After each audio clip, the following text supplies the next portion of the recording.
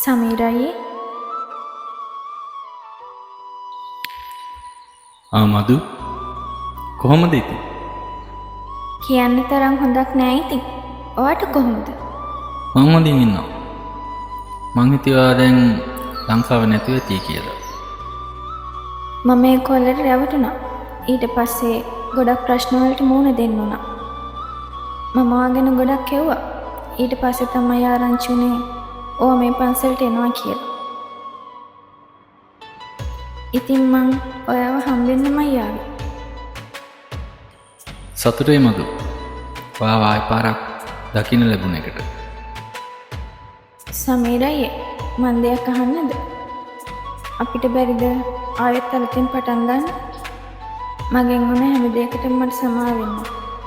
මම ආයෙත් බොරුවක් කරන්නේ නෑ ඔයාට. සමාවිල්ලන් මොකටද මදු? ඔයම ඉන්නේ පාරවල් දෙක. ඔය නොහිටින්න මට මගේ පාර හම්බෙන්නේ නෑ. ඔයා අතෑරියේ මාව විතරයි.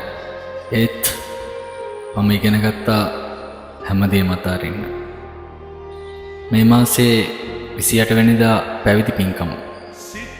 මාත් එදාට මහාන වෙනවා.